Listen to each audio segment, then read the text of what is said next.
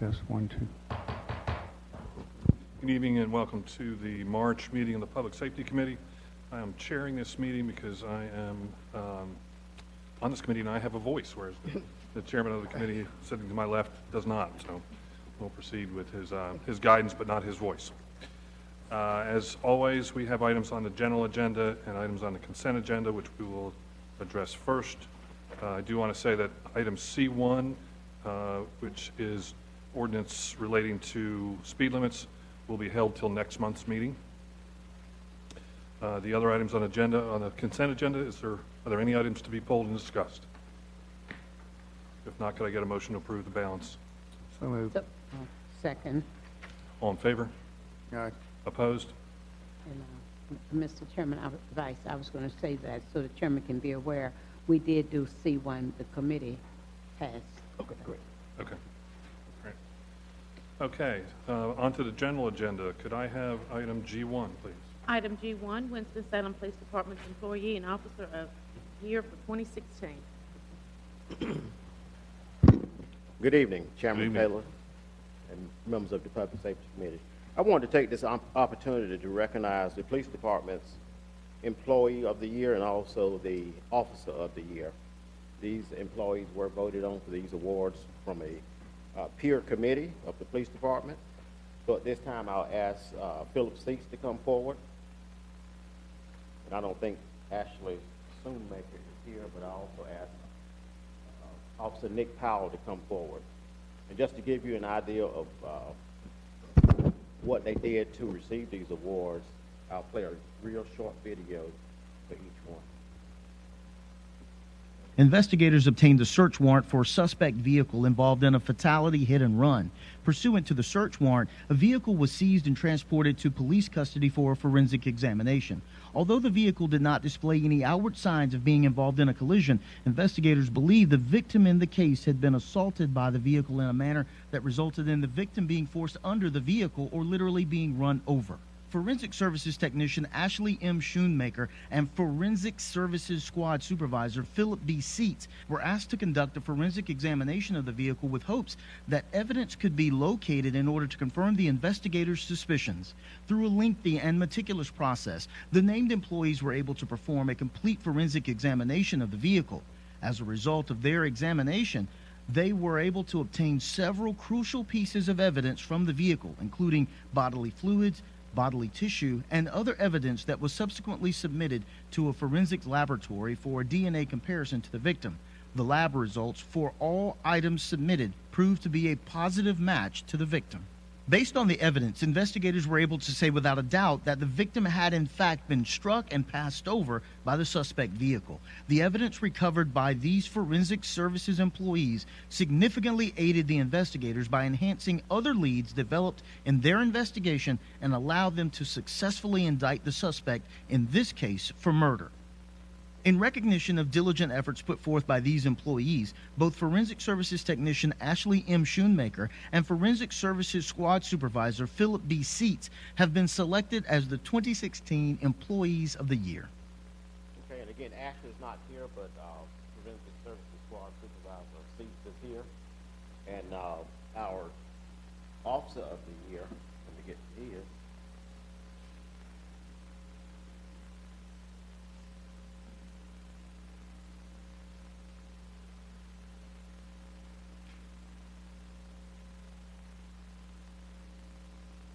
On January 4, 2016, Officer N.W. Powell and several other Winston-Salem police officers responded to assist on a vehicle stop on a small white vehicle with 3 occupants at Highway 421 southbound between South Martin Luther King Jr. Drive and Lowry Street.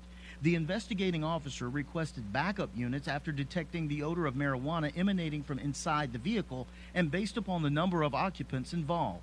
During the search of the occupants and the vehicle, one occupant attempted to get back into the vehicle and leave the scene. Officer N.W. Powell and another officer attempted to stop the driver from operating the vehicle by disabling the vehicle from its interior. When the vehicle began to move forward, the other officer was able to disengage from the passenger side of the vehicle. However, Officer Powell was unable to do so, and the struggle with the driver ensued while the vehicle was in motion. The vehicle traveled approximately 1/4 of a mile, dragging Officer Powell before coming to a stop on the highway. At this point, the driver of the vehicle was able to obtain a concealed handgun from the interior of the vehicle. Officer Powell and the driver engaged in a struggle for possession of the handgun. During the struggle, the suspect was able to discharge the handgun multiple times, striking Officer Powell 4 times at point-blank range. Despite being shot, Officer Powell continued his efforts to subdue the suspect until additional officers arrived to assist in taking the suspect into custody. Officer Powell was transported to Wake Forest Baptist Medical Center by fellow officers, where medical trauma personnel were able to rapidly administer life-saving measures. In recognition of his heroic actions in the performance of his duties, Officer N.W. Powell has been selected as the 2016 Officer of the Year and Medal of Merit. I just wanted the committee to have an opportunity to meet these outstanding employees in person. And again, Ashley's not here, but Philip is here, and also Officer Powell is here. Can we clap?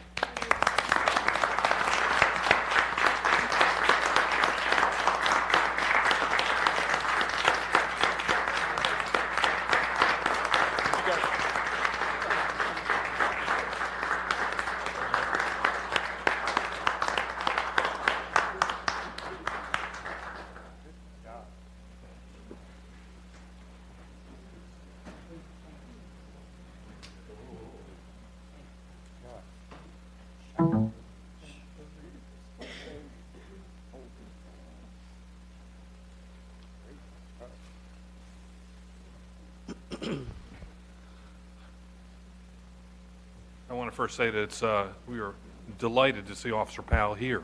Yes. And we appreciate the risk and the obligations that you guys, men and women, take on every day when you go out to protect us. And we want to offer our sincere thank yous. And again, we're glad that you're here with us tonight. We appreciate the hard work. Mr.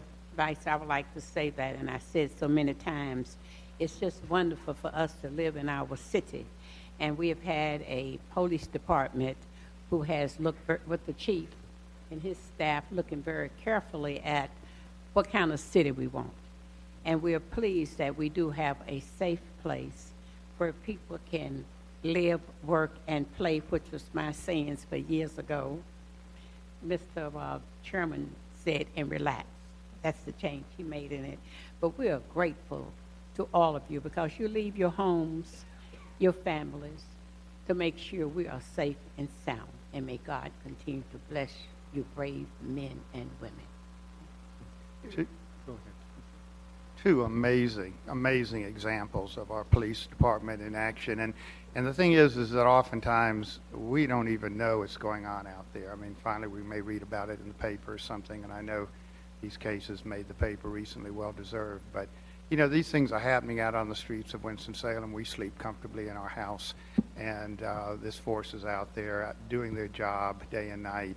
And I am so grateful for the chief, the leadership of the chief, and the department that he's put together, and the examples that we see daily. And I'm sure there are others that, because of the number and what have you, we do not know goes on daily in the city. I had the opportunity to ride with a Sergeant Wade the other day and see what was going on in the South Ward.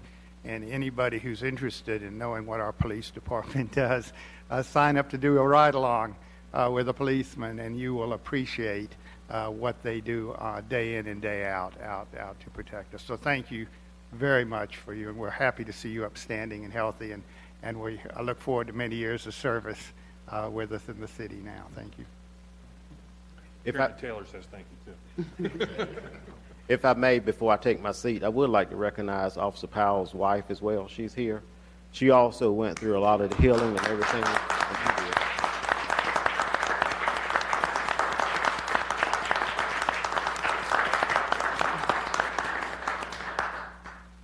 Thank you. Item G2. Item G2, proposed Unified Development Ordinances, text amendment adding needle and hypodermic syringe exchange program as a use. Mr. Chairman. Hang on a second. We get a report on this from Mr. Contest. Good evening. Good evening. The General Assembly recently enacted a law which has authorized the establishment of a needle and syringe exchange program. The new law became effective on October 1st of 2016, and this law sets forth certain requirements and prerequisites to be followed by the operators of these programs. Such a program has commenced in Winston-Salem with additional such programs anticipated to be opened in the near future.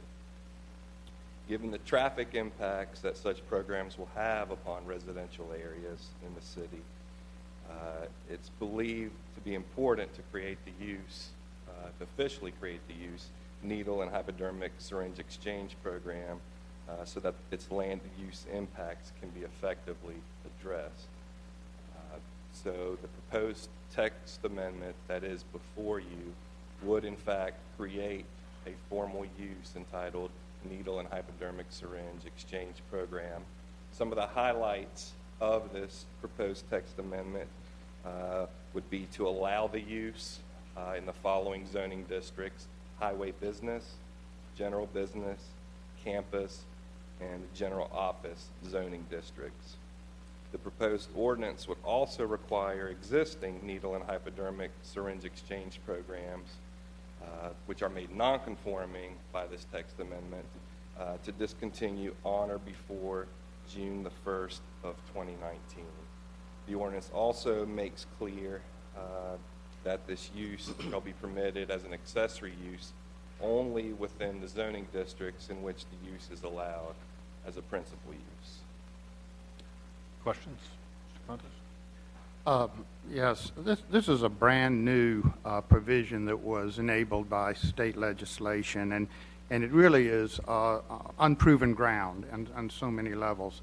The regulations for enabling it, licensing, the permits, the reporting, various requirements are clearly defined by the state. However, what's not defined is where these units can actually be placed and how they fit within the appropriate uses that neighborhoods, business areas, zoning has established. And so what we have today is basically a definition of how to incorporate this activity or this function into the landscape of zoning within the city. It's an important function. It needs to be accessible. It needs to be visible. It needs to be ongoing, sustained in the locations that become recognized over a long period of time. We do regulate by zoning certain functions in certain areas. The needle exchange program is not a drug treatment program.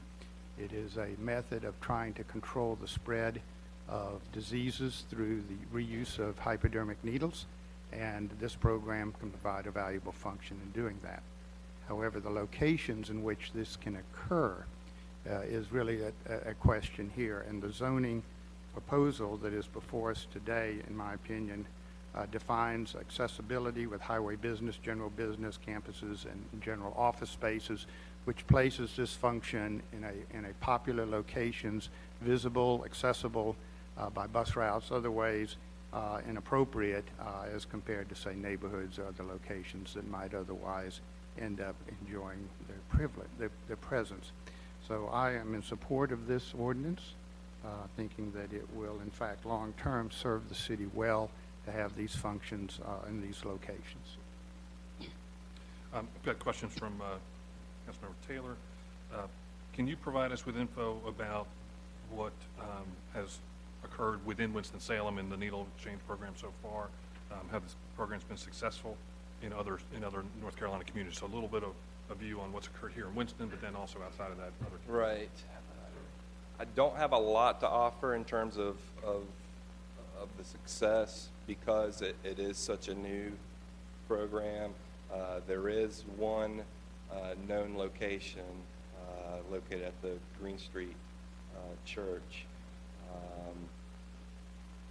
I don't know if anyone else on staff has any information regarding it, but that is the location that we're currently aware of. We have an audience member here who might be able to speak to it. come up and, yeah. Give us your name and address, please. Yes, my name is Colin Miller. My address is 1039 Montgomery Street in West Salem, the neighborhood in which the exchange operates. To date, if you guys are just looking for statistics, we've distributed 4,090 clean syringes, taken in 2,797 dirty syringes, distributed 2 Narcan kits with 2 doses of Narcan, naloxone, which is the overdose reversal drug, and had 18 reported overdose reversals and multiple referrals. We've had 7 treatment referrals to treatment and detox, and we've had about 10 to medication-assisted treatment, being either methadone maintenance or Suboxone. Thank you. While it may be new to us, I think the concept of needle exchanges is not a new concept. I think it's been around for decades, and I think overall the effort is to reduce change the problem or change the opioid and heroin problem from a public safety issue to a medical safety issue. And this is one of the things that, when you look at opioid studies, that this is one of the things that is recommended that we do. So the need for it, I think, is very clear. Yes? I'll agree with you, because if we can do anything to prevent things and to decrease the number of people who has a problem, I think it's very important for us to support something like this. I guess the question that we're looking at tonight, though, is not whether or not a needle exchange is a good program to have, but where, from a land use standpoint, what is the viability of it in the locations that have been recommended to us. I do know that the Green Street program, it sounds like it's very successful, but I do think it probably places a bit of strain on what is a very residential neighborhood.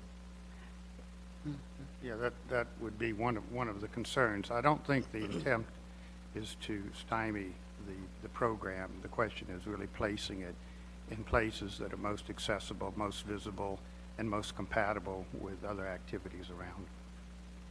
And I would support it, and I guess I'd make a motion. Is this an item for our information, or is it an action item? Okay. Do we have questions that we want to have answered before it comes back to us? I need to keep this in mind when you talk about where you were located. That's going to be a key something, because it can put a lot of pressure on neighborhoods.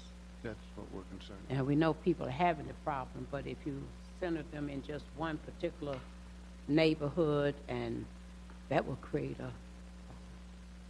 I think that's the attempt of this piece of ordinance, is to begin to define where it's most compatible as an activity. We do this in zoning. Yeah. Sure. May I just say, I know we do it in zoning, but sometimes what we have done, we have put certain things in certain neighborhoods. And I think we need to be as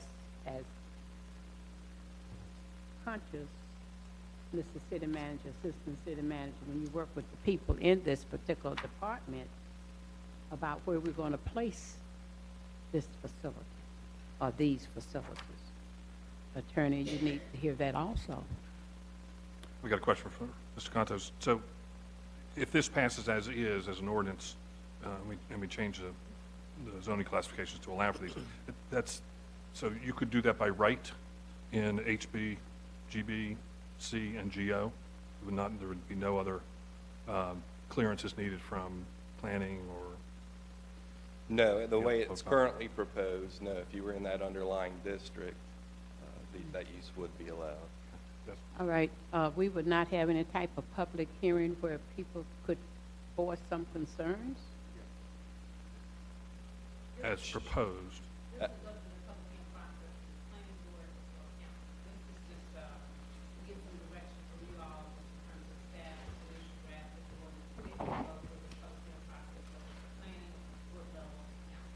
I'm just going to say, when you usually at our planning board meetings for public hearing, you don't have a lot of times, they're not informed, the citizens. If we're going to do that, then we need to make sure that they are well informed. And then the next place will be coming before the council, and we need to make sure it is they are well informed. Yes, Mr. I think what I hear the Mayor Pro Tem suggesting is more than just to change this ordinance, but the potential of having some requirements related to spacing of how close they could be, as well as whether or not that we would require that any sighting of one to come back to council for approval. I think what she's talking about, the neighborhood, is when you actually cite one in a neighborhood. Does the neighborhood want it? That's right. I mean, this can get, we're concerned about people, but we need to be very careful. We have some settled neighborhoods. We have older citizens. We have young people with their children growing up into the neighborhoods. We need to be real about what we're talking about. So we could ask staff to come up with a list of uses that this would need to be a certain distance away from, say, for instance, schools, churches. Yeah.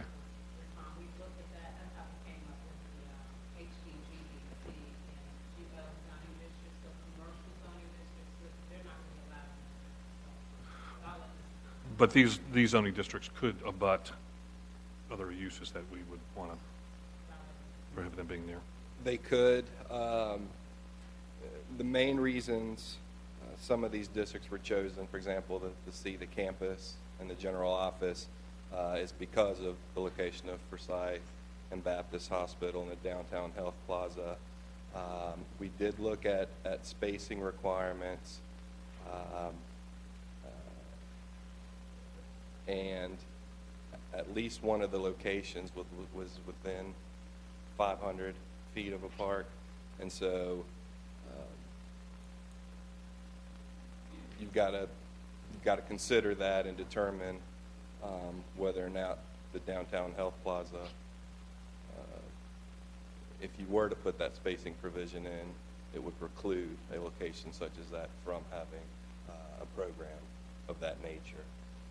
Another route, should you desire, and this goes more in line with Mayor Pro Tem Burke's comments, it sounded like you were interested more in perhaps more of a special use permit process where there would be a hearing for approval of each location. And so we could work at establishing that sort of a process instead, which would or could, in theory, take care of some of those spacing issues. Okay, so at this point, you'll come back to, can we bring this back to, is this time sensitive at all?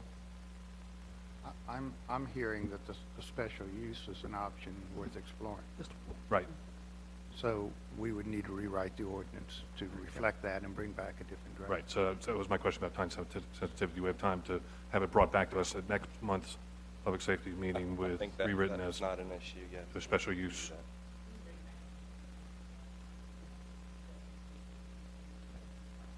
Okay. If I may call on the gentleman in the audience again. Please come up to the microphone. I just wanted to point out that what I'm hearing is that a lot of the discussion is precipitated on the assumption that a syringe exchange is going to be a bad element in a community.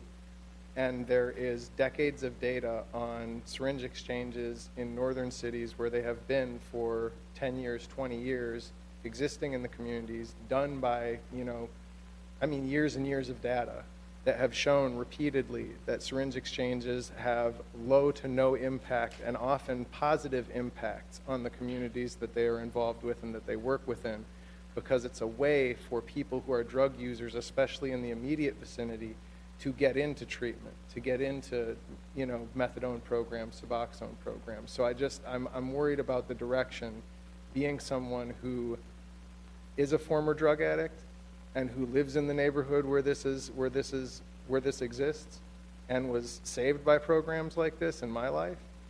I'm concerned about, I understand the concerns that people have, but the bottom line is that where we've been at Green Street, there have been no concerns that I've heard of that as far as anything bad happening in the community from it. And we have spoken with the Winston-Salem Neighborhood Association on multiple times. We've had public meetings.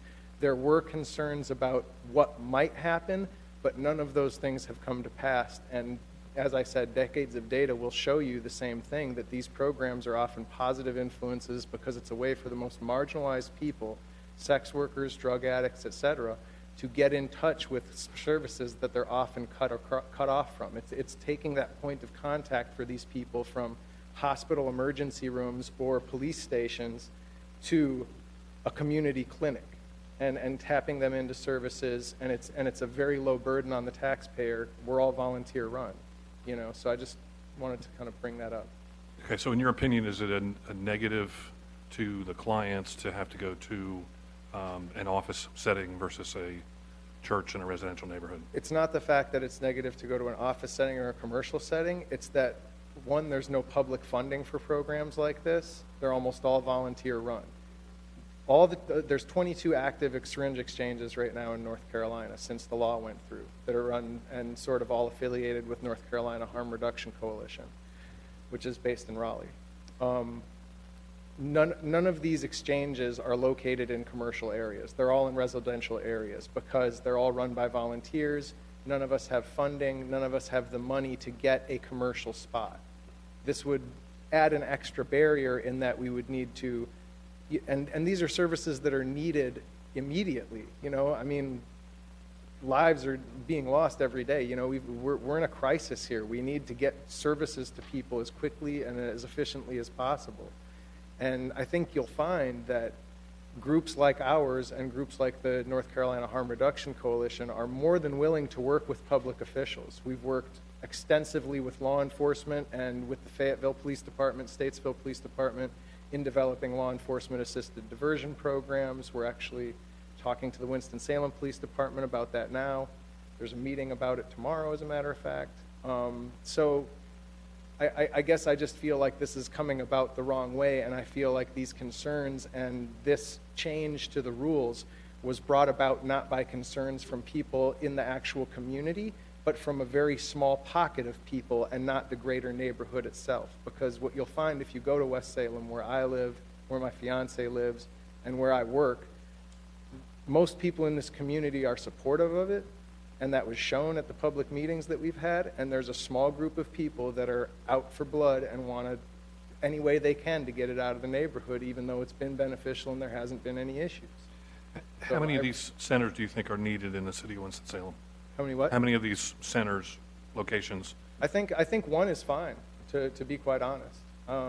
Once it's more about getting the message out there to the people that are using, and we've actually already we have something going with the community paramedic team that's based out of Daymark down there on Highland, and they're distributing our cards now to people who overdose. I know the Forsyth County Department of Health is developing a program where they're going to also be giving these people Narcan kits after they overdose. Because the thing is that we don't have the treatment structure in place, and we can't force people who are overdosing into treatment. And this is a way to keep them alive, keep them from spreading disease until they can find help. And we're the bridge between that and, you know, potential other things, whether that's death, prison, you know, becoming HIV positive, hepatitis C, you know, so. Thank you. Other questions? No, I don't want you to leave here thinking that I think it's something bad. I think as an elected official, it is my responsibility to look at all sides of a situation. When I say that what I see, I think about, I know people need help. I want you to understand that, and I understand that. But also, I know in some areas, they have made certain areas where, I've seen you down on Northwest Boulevard and Patterson, up and down the street all day long. Mm-hmm. Now, to put one, even though we have our training center there, they don't even pay as if though it's there. Because whatever they want to do, however they want to do, whether it's things you do that's appropriate or not, they do what they feel that they're big enough to do. And they continue to walk. I'm not against what you're saying. Now, when you talk about Green Street is a very progressive church. They shepherd the people. They do an excellent job in what they do. Now, if all attitudes were like yours and Green Street, and we placed them, we'd be in good shape. That's what I'm going to say. Thank you. Larson, questions? You have objections to a special permitting system Now, how would the special permitting system work? as compared to a zoning requirement to require each application to be reviewed by planning staff and planning board, and presumably the board itself, city council. The current state law requires that we register and are approved through the State Department of Health. So we had to go through a process where we had to design. I understand that. I'm talking about locations here. I'm not talking about permitting for the function. I'm talking about where the function goes. I'm concerned that such a process might impede services that need to be administered immediately.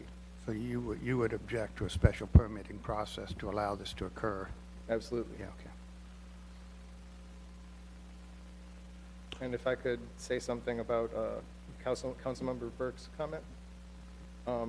I just wanted to kind of say that I hear what you're saying, and I'm good friends with a number of people and have worked with a number of people on the east side that, for instance, were against more shelters being put in East Winston and in the northeast sector of town. I understand that. And I just wanted to kind of lift up that what we're seeing with this current epidemic is that it disproportionately affects people. Most of our people aren't from, that we're serving, they're kids from Buena Vista. They're out on Polo. They're around the universities, So I don't think strategically it would be good to place any sort of harm reduction facility, except for maybe doing some sex worker outreach in certain areas of town. So just wanted to uplift that. And so you're able to continue to provide your services for the interim time period if we don't enact this? Yes, and yeah. I would like to see you come back, or I'd like to see us be provided with some documentation around your assertions that the impact to neighborhoods is not negative. Absolutely. Double negative. I know that there have been instances that I've directly related to where we had groups come in who were doing good things but created a lot of havoc in the neighborhood. Yeah, absolutely. So, and if you guys would like to, I could get some people from the larger body of the North Carolina Harm Reduction Coalition, some of the people that work with the General Assembly in Raleigh and stuff, if that would be helpful. I don't think there's any question on the value of the function. I think that the question is protecting all constituents involved in these discussions. And I think the special permitting process would allow us to examine each case and have everybody at the table who is concerned about that have a voice in it.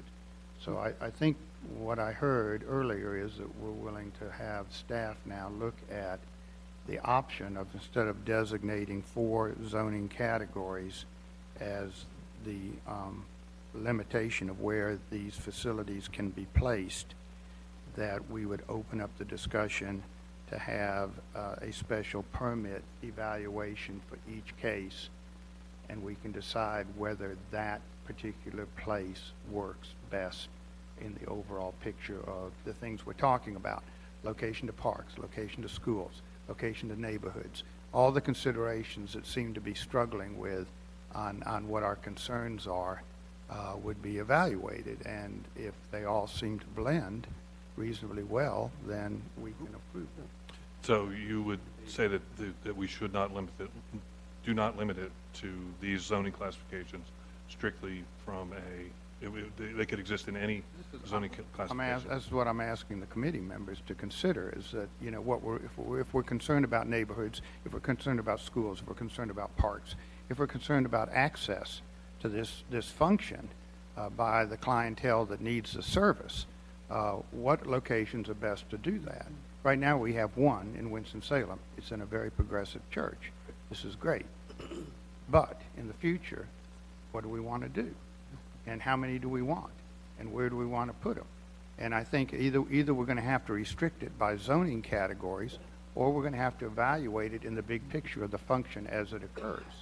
And I'm willing to go either way with it if this council thinks it's worth looking at the big picture and evaluating each one.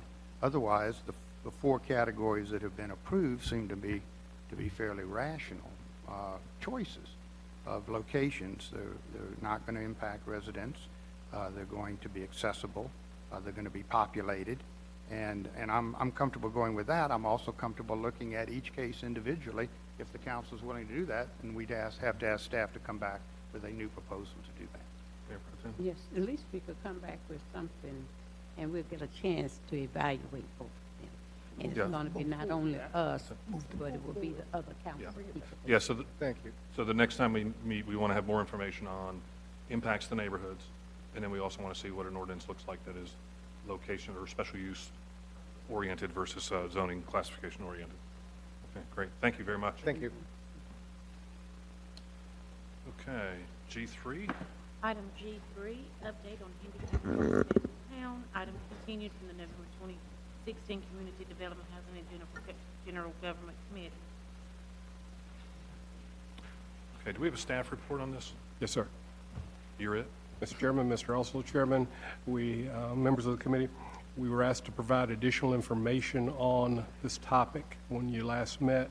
It took us several months to gather the information, but we want the three basic questions that we remember needing to bring answers back to you on were, one, what was the position of the handicapped community?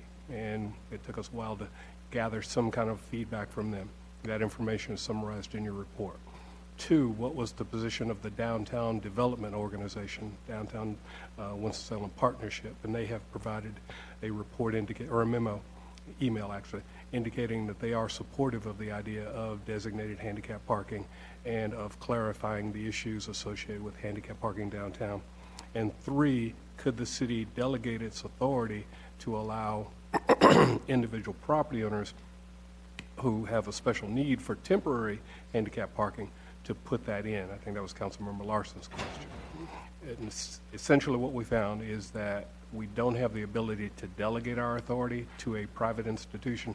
However, we can, as staff, work with that private institution when there are situations where they have events where they need to have designated parking restricted. And we currently do that with with organizations such as the Stevens Center. Staff did research as to what other communities have done. That information is in your package.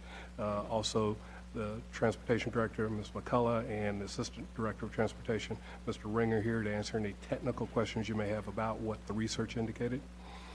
It is our recommendation that if the committee is interested in doing handicap parking designated specifically for handicap parking downtown, that you again consider it for one or two locations.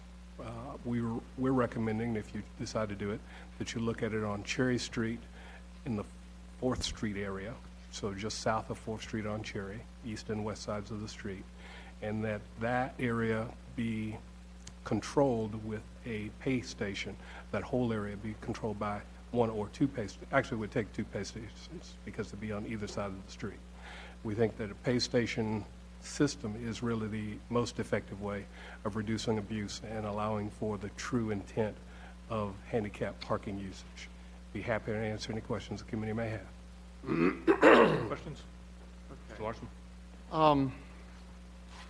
I think the first answer is yes, we want handicap parking downtown. I think everybody agrees to that. We've been talking about this for quite a while, and we're trying to figure out the logistics and techniques that it's going to occur. Right now, handicapped tagged cars can park indefinitely in certain locations, metered locations, without any time or cost restraint. I do not want to start confusing the logistics of fee collections with the need to have handicap parking. I think that the challenge right now is to figure out, and as I understand, the city attorney can help me on this, that when we start designating handicap places, it will require an actual ordinance by the city to create those signage, and there will be a map produced, and there will be locations that will be designated by ordinance, and then we will have to implement that parking ordinance. All right. So I am anxious. What happened? Am I okay? Sorry. I am anxious to see us get to a point that we can start actually putting on a map, on a drawing, something that shows us where and why we're going to put handicap parkings on the streets of Winston-Salem. There are problems with this. I do not want to get bogged down as to whether it's a metered location or a some sort of pedestal. Right now, we're not collecting any money for handicap parking anyway. We can work out that detail at some point.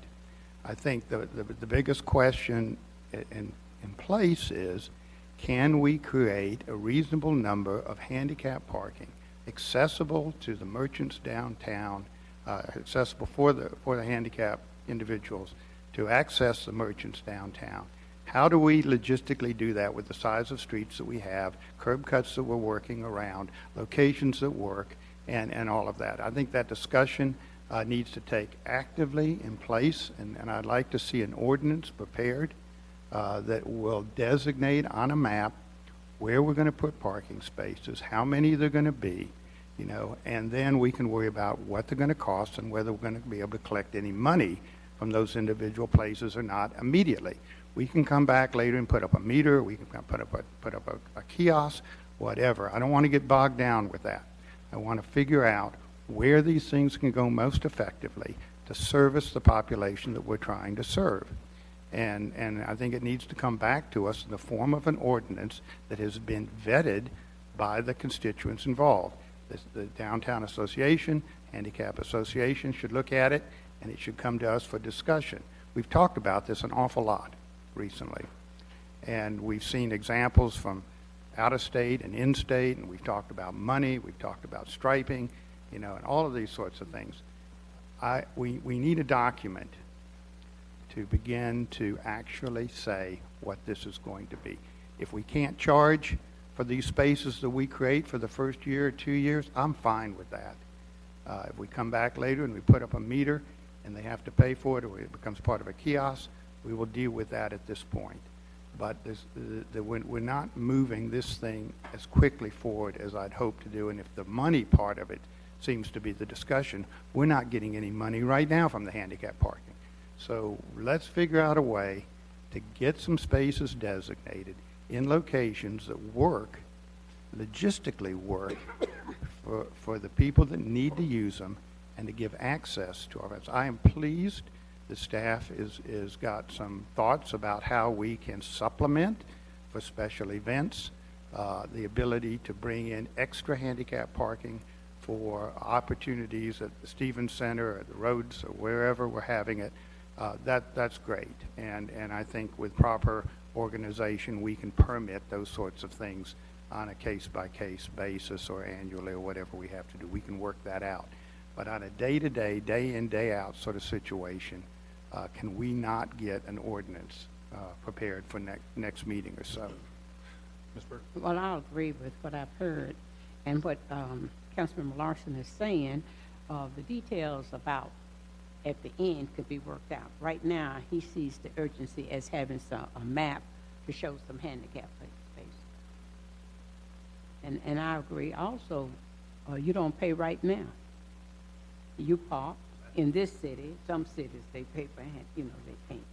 But in this city, so we could work on that later, because I see handicapped people needing this. We have more handicaps than we've ever had before. People are having physical problems as well as age, creating some problems for us, so I see no problems with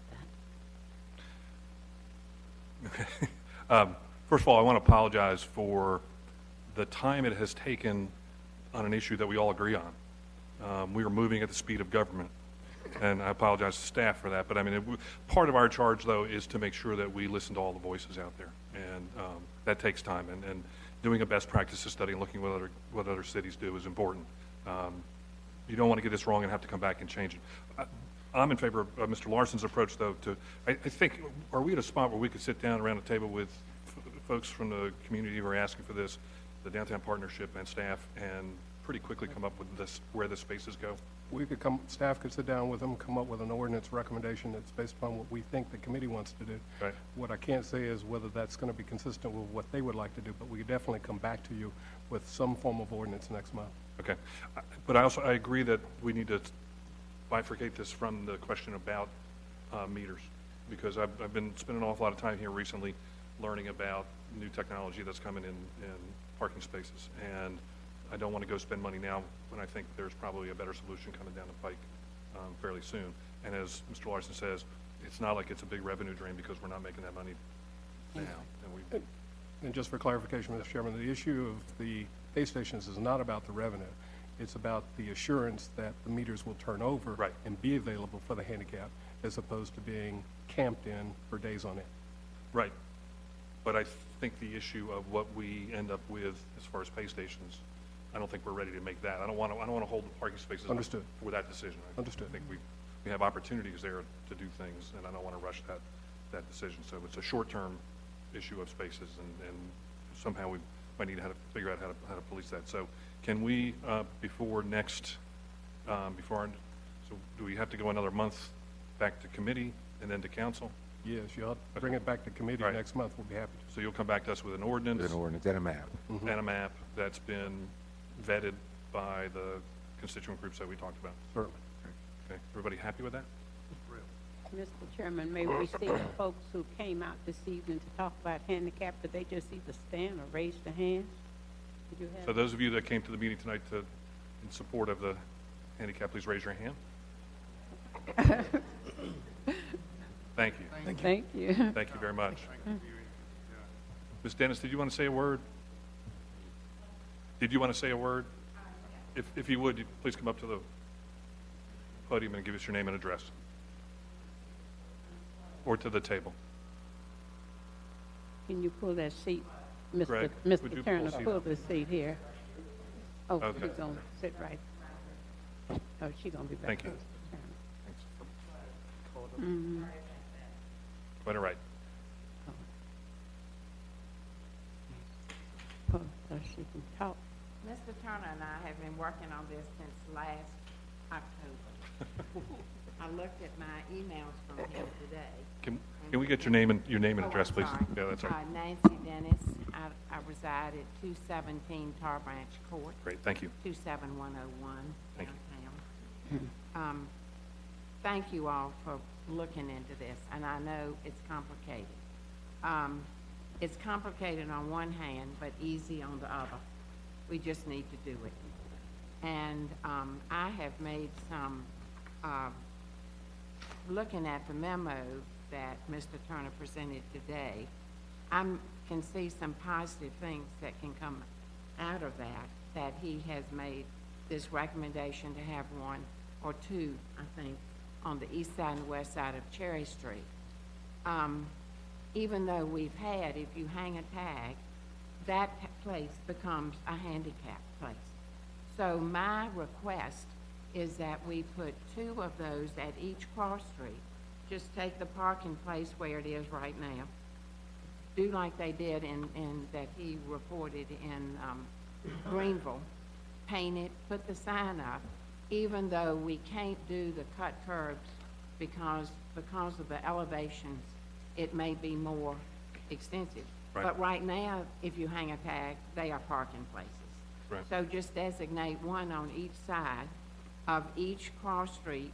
I really think all the way, when you take in the restaurants up at the end to Grace Court and all the way to Main Street.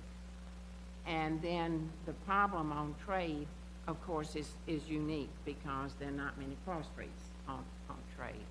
But I really think the other thing I wanted to say, handicapped people are happy to pay. You know, the idea that handicapped people shouldn't pay, I'm not sure where that came from. Because we spend money like everybody else. We can pay for parking just like anybody else. We just would like to have it accessible. And if there's some at the cross street to 4th, then we can be accessible. And I know abuse has been a big thing that Mr. Turner has talked about. In fact, I think over-talked about it. But I understand, and many people, for example, when I talk to them about it, say, oh, I know people abuse it.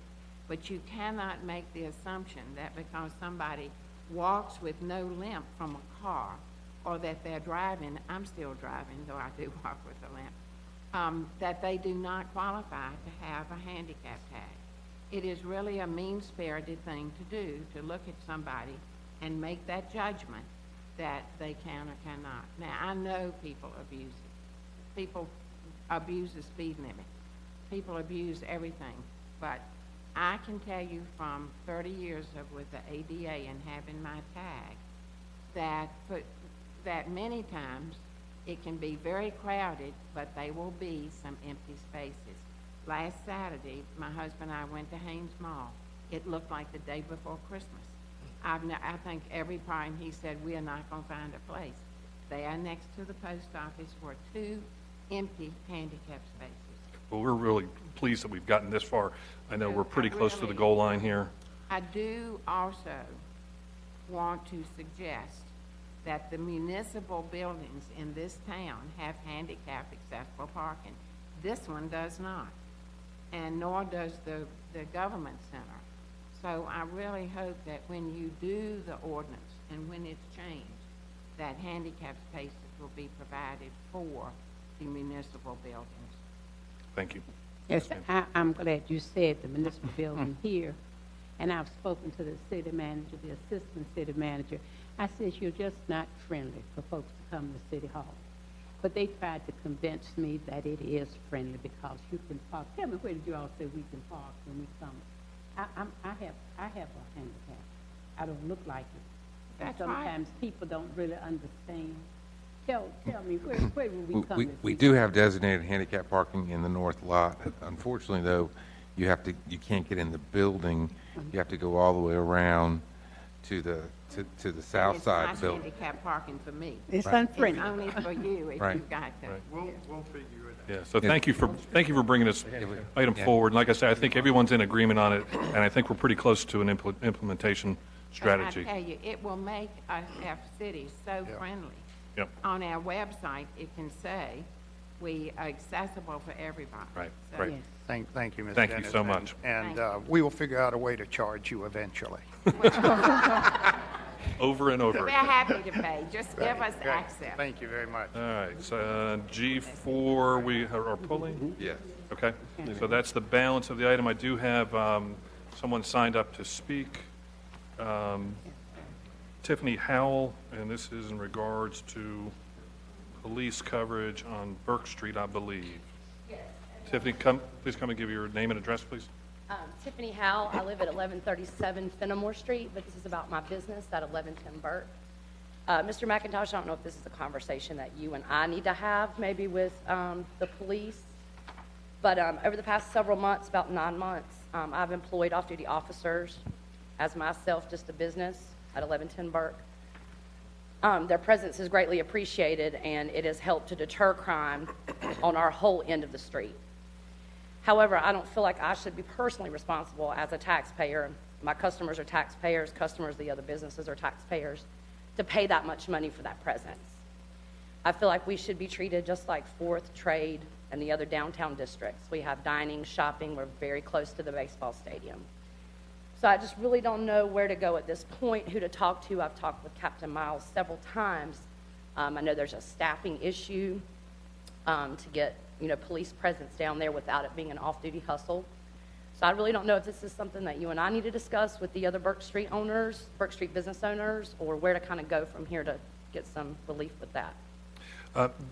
Your location is in my ward. I'm more than happy to sit down with you and probably like to have somebody from the police department there to make sure I'm saying the right things. Absolutely. But I'd be more than happy to set up a time here very near future to talk about that, because it's a concern both to you and to the people around the area, because it's right in a neighborhood. It's backs up to the west end. Not just us, it's the West End Association as well. I mean, there's a lot of residential people right there on top of some of the other businesses. Right. And the last thing any of us want to have happen is for that situation to get out of hand. Absolutely. Great. So is this something I should email you about? After the meeting, I'll give you my business card and we'll set that up. Okay, thank you. All right. Thank you. Anything else? Good to the order? No. Motion for adjournment? So moved. All in favor? Aye. Or adjourned. Thank you. Wednesday,